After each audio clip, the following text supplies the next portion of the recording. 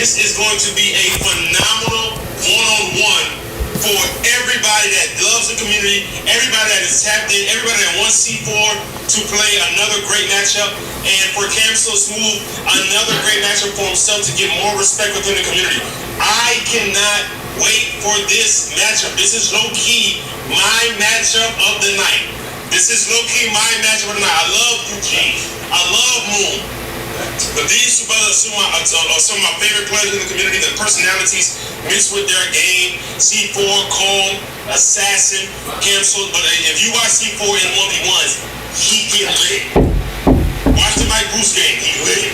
Watch Champions, he lit. And Cam So Smooth and C4 has some things going on in Champions as well. Yeah. Go back and watch Champions. C4 and Cam was competing. Matter of fact, I'm gonna try to find it and pull it up.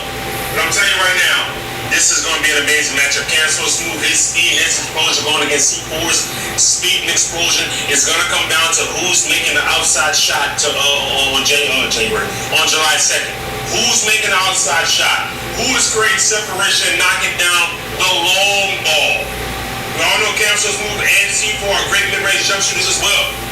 I think this is the first matchup where some of you guys may say C4 is a little more explosive. Some of you guys may say Cam's a little more explosive. I think both their mid-range jump shots are about 1-1. But who's going to make that 3-ball?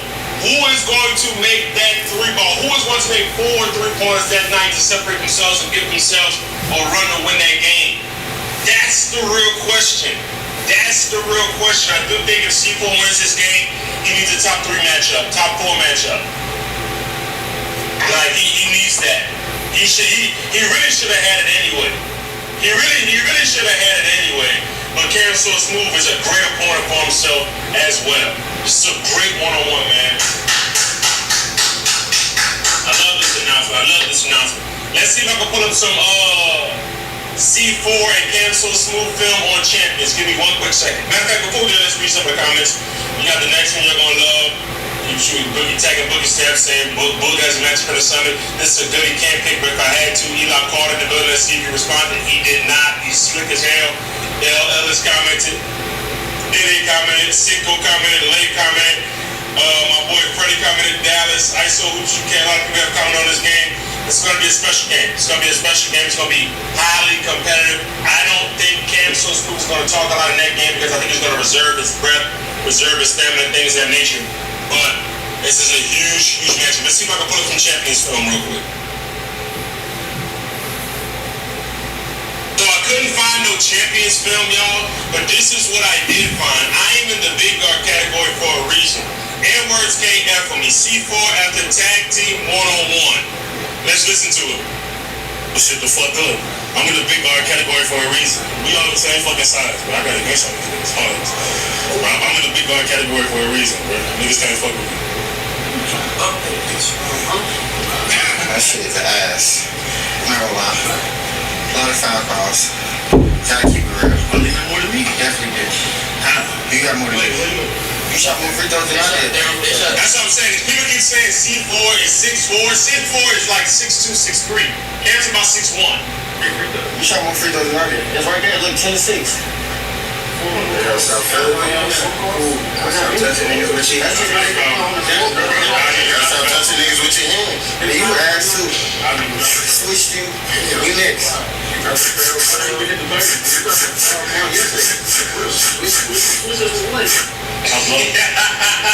So this is some words, man. This is some words. This has been brought in. Look at it. Look at the height difference here. There's no real height difference here. This is going to be really good bump. This is going to be better bump than what people are expecting. I'm going to try to find some Champions film in 1 more second. Y'all, so I finally found some film from Champions. Let's look at it, and then we will continue going about the video.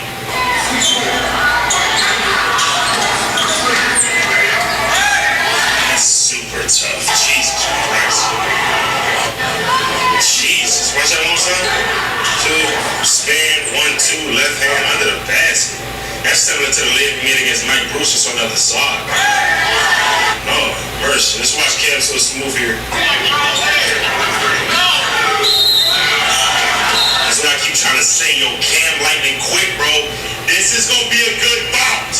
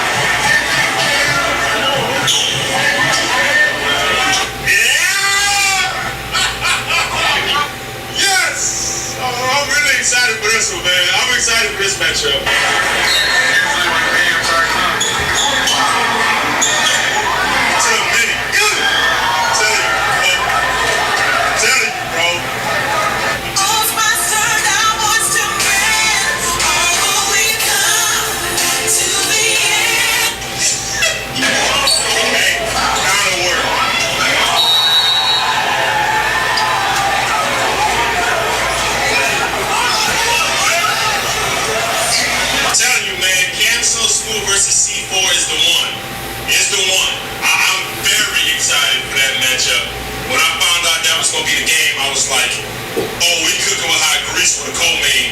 Then you got Eugene German coming on against Moon right after that. And then I know some of the other matchups. Oh, y'all going to love Summit 03. It's the best Summit so far. It's the best Summit so far. Let's go ahead and get to Devin and Lab talking about Archie Goodwin and Nas is going to be the best one-on-one in YouTube basketball history. Let's go ahead and lock in on that. Nas versus Archie is the big, but I don't think so anymore. For a long time, said it was Frigga versus me, but I don't think. Disagree. You and Frigga was a very, very big game, and I love the way y'all pumped it. But there's been a lot of big one-on-ones.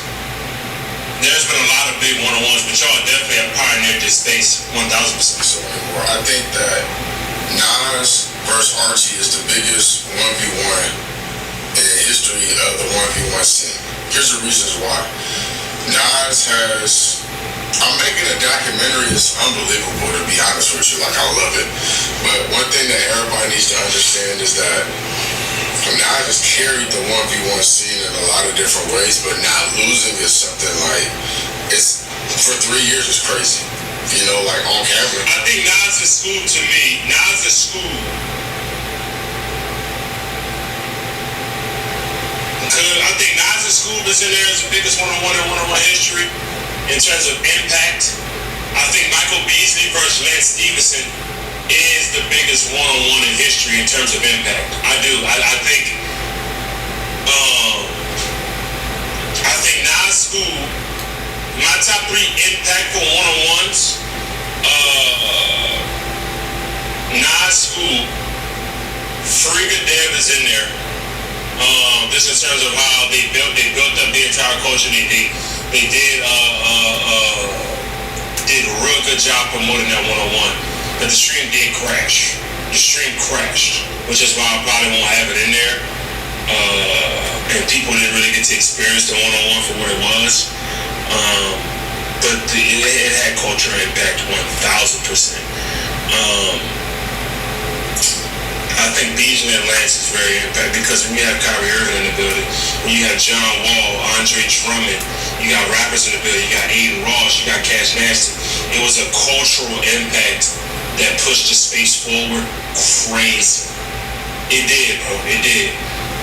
I think that's one of them. I think that's number 1 for sure. I think that's number 1. Nas and Archie has a chance, though. Nas and Archie has a chance, and I like the way y'all doing it in Vegas and Summer League to where NBA players will be there automatically. So it's going to be a lot of eyes. So it definitely has some cultural impact. When it's all said and done, it may have the cultural impact that supersedes a lot of one-on-ones. But I can't put it past Beasley and Lance just yet until I see it. Now, losing for 3 years is crazy.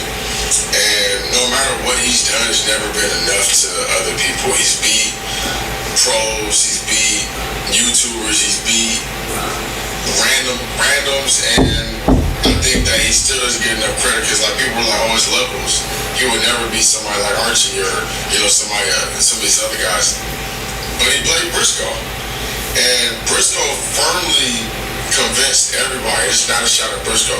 Briscoe convinced everybody that it was not going to be close. And you might be one of them. Can't gonna lie to you. The people, I'm not many keep stopping it, but I'm gonna keep giving my takes. Whoever thought Briscoe was gonna wash Nas just based on we seen in 1 Big 3, 2 size and stature, physical strength, in Nas's game, they're idiots. They need to stop watching basketball if they thought Briscoe was gonna wash Nas. Stop. Now, if people think Archie Goodwin is gonna win by, let's say 5, 6, 7, okay, I can understand that. That's not a bad take. But if you thought Briscoe was gonna go in there and wash Nas, please go study basketball. That the game wasn't gonna be close before the game. Some of you guys should go back and look at the face-off. It's crazy knowing what happened and watching that face-off. Because as the game goes on before everybody got on the court, it was clear as day that it was destruction in that game. Now, okay, we know what we know now, but he still didn't really get that much credit, in my opinion, for taking on somebody who was known for like one of the best one-on-one players Now, we go into a situation where he's matched up against Archie, and now everybody's saying the same thing over again. He can't be pros, like there's levels, whoop-de-whoop, and it's kind of crazy to be having to go through all this, because like everybody just forget what happened, because one-on-one is completely different than 5-on-5, and I think that people need to start realizing that now. Well, Archie, the reason why this is such a big game to me, Archie's made it very clear that he wants to, for lack of a better word, fuck up everything that's going on in 1v1 scene. This is somebody who is a fan of. It's gonna be very hard to do that. It's gonna be very hard to do that. Very hard to do that against Nas, bro. The 1v1 scene, right? Somebody who watches the players, knows them by name, knows their moves. He's overseas, he ain't got nothing to do. You know, when he's on, I don't want to say he got nothing to do, but when he's on the off time, this fool loves basketball, he studies it. So his thing is just to fuck up everything that's going on in the 1v1 scene by beating their best player. This all started because I'm watching the lives and I'm kind of keeping track of different things. You know, started from like backcourt connection, then I think there was a live, if I got my timeline correct, Davo, No Good, Whiny, and Archie. But it started with Whiny and them talking about a tune-up game. And the tune-up comment, they was like, yeah, who's your tune-up game? I need a tune-up game. And then the tune-up question was turned over to Archie, and Archie was like, yeah, I need a tune-up. Why can't I get a tune-up game? And that turned into the whole thing, because I don't think that Archie was calling Nas a tune-up game. But it's at the point where these dudes, they don't mess with each other now, which is great. they don't mess with each other. You know, and I love that. My fault, I thought I left that open. They don't mess with each other. So the fact that the 1v1 scene to me is at stake because my parents didn't finish college and I was the first person to go to college. So being able to finish and you got a guy like, all right, I was a fan, but now I'm just here to mess all this stuff up and just show y'all that. I do think when the dust settles, just based on Archie's respect for the scene and how Nas is, it's gonna have cultural impact. It's gonna have cultural impact because this is an active pro. There's no, if Nas gets this win, I don't want to hear shit about, oh, he's older, Archie's older, washed up, or nah, that is an active pro, bro. That touched the league. So when it's all said and done, it could have cultural impact on. It actually could be top 3 or number 1 cultural impact down the line. Oh, it absolutely has the potential to be, but I can't say that right now. How is everybody gonna look at this now, right? How is it if Archie wins this game? Everybody's gonna look at the 1v1 scene like, oh yeah, they just some YouTubers, they just this and that. When in fact, there's a lot of G League players, there's a lot of pros, there's a lot of overseas pros that have come to the space and taken to it, and one of them is in the scene. Some people don't know DA and Rob, but like they don't know DA. DA, all the people who know basketball and been around it and played at a high level know DA, and I talk to these guys about it, and they make it very clear like DA is one of them ones, but not a lot of people know about it, but he's come to the one-on-one scene and just taken to it. Now, regardless of any of that, Archie still makes it clear that he wants to mess all this stuff up since Nas was talking this way, and he wants to devalue how the 1v1 scene looks. And to me, I love it. Like, I love it. I'm not trying to protect anybody. I don't want anybody to try to protect the players. So the fact that, like, almost like a villain, who's not really a villain, he loves the scene, but he's coming to mess all this stuff up. That's a great storyline. So, in my opinion, this is the best, or this is the most important one-on-one that the 101 scene has experienced ever. And I thought that school and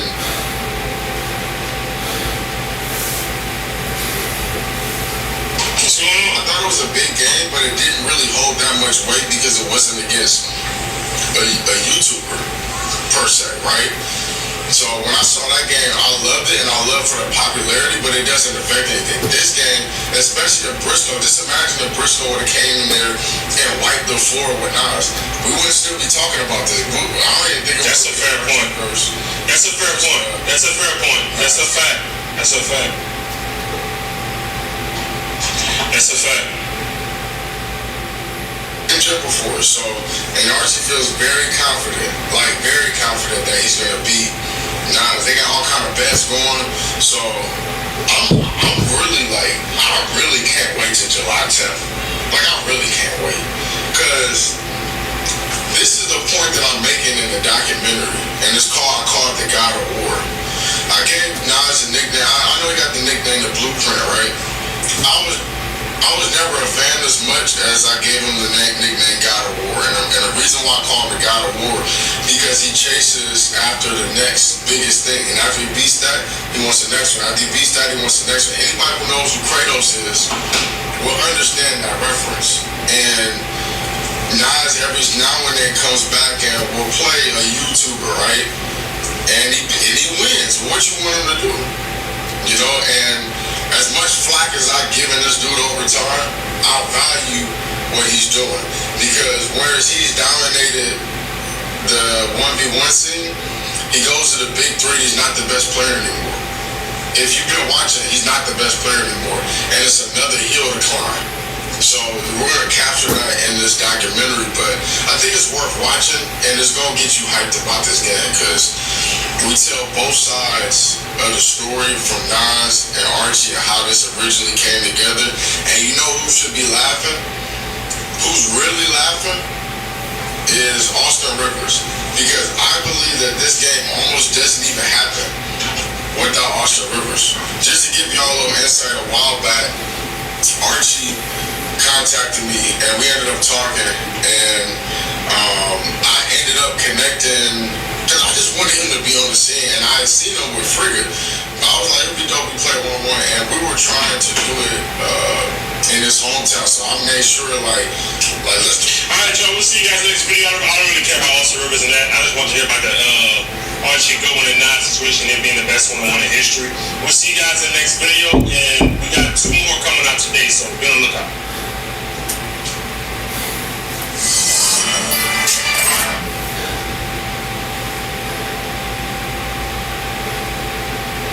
I can lose on me.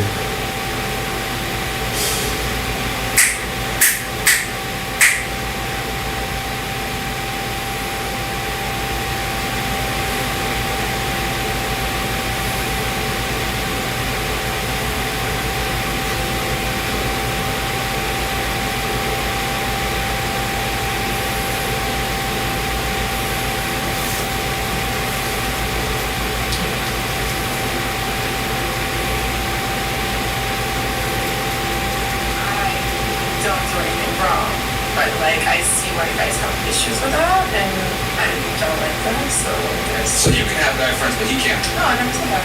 Yeah. You gotta know. I need to meet them, of course. You can't just be hanging out with them. Does your guy know all your guy friends? If he wants to meet them, sure, but No, so he doesn't. He doesn't want to.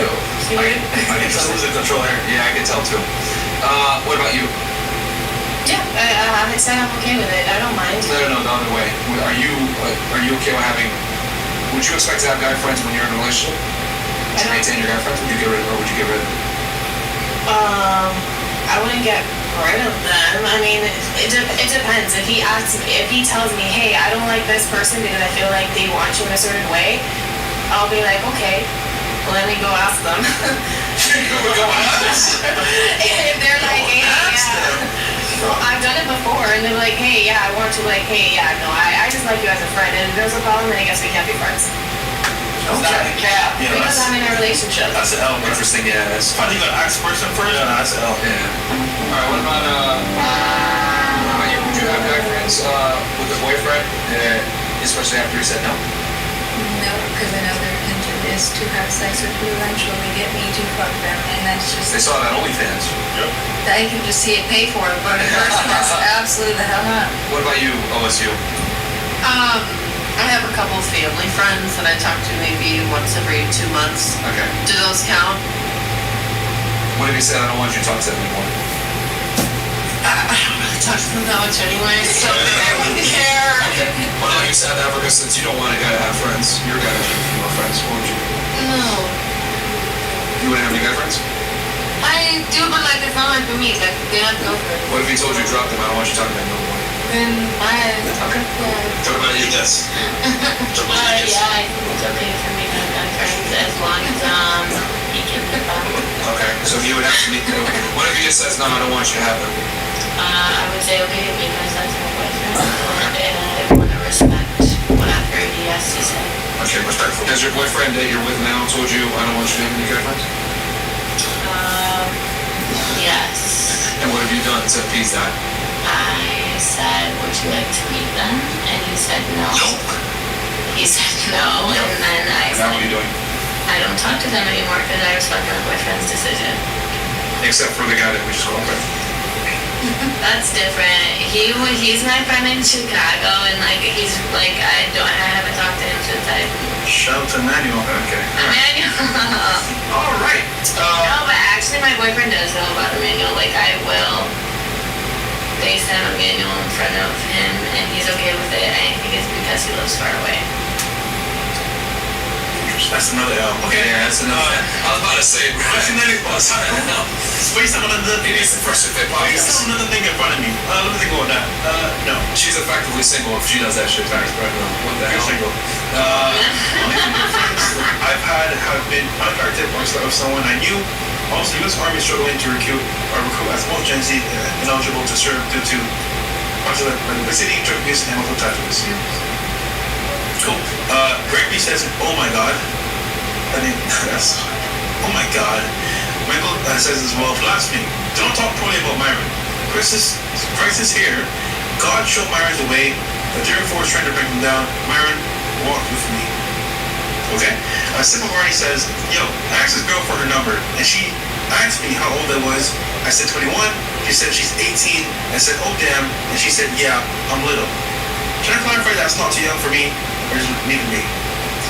My friend, that was confusing, but I will say this. Age regarding 21 to 18 isn't that far off, and I don't know something like it doesn't matter to you, so it's fine. Michael says, one of my perfect 10s hates this girl's voice. She took some time to stop slashing Mo to tell me how much she hates the 3 or 4 LA voice. Okay. Oh, you good, bro? Okay, Waylo, front stuttering, well, imitating her voice is hilarious. Thank you, bro. Michael says, can we prank cancel her voice? Christina Trusty, aka Big Mo Saiji. Okay. Michael says, her body count's over 9,000. It'll be 20,000. 11,000 guys ran away and start talking. Okay, that's pretty funny. Michael said, we're no way. Michael says, her body count is over 9,000. It will be 20,000. 11,000 guys ran away when she started talking. Michael says, hashtag Kanye gays. Michael says, well, Ryan West, 924, save us from the 3 or 4s. Alright. Schmeebles goes, Girl in the Clouds, and we go 50 for this point forward. Girl in the Clouds at the start of the pod, I'm a 9.8 because there's room for improvement. What can women do to be more attractive? Nothing, I'm perfect. Okay, you're right. I did contradict myself. I'll give you that. Yeah. Then one of many times. Okay. Oh my god, the way I No, Michael, 50 girls. Yeah, but. These came in from before. That's why. Yeah. Question for the panel: how often do you get asked out by a guy in person and drunk? Men don't count. Also, if the response is no, what's a smooth response before walking away? Okay, so yeah, that's actually not a bad question. How often do you get asked out by guys in a non-strange, drunken stupor? Maybe you're out at a bookshop, coffee. Hey, I found you really cute. I would love to take you out sometime. A genuine approach. We'll start here with the super. Oh, I mean, I work in a day club, so it happens all the time. But well, not drunk though. Not drunk. They can do it at the beginning of the day. Okay.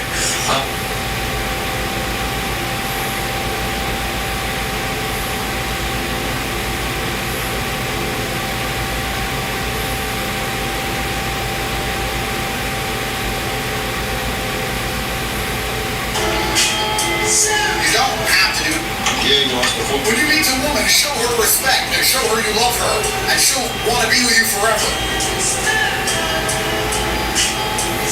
You don't have to do anything with women. I'll be rich. When you meet a woman, show her respect.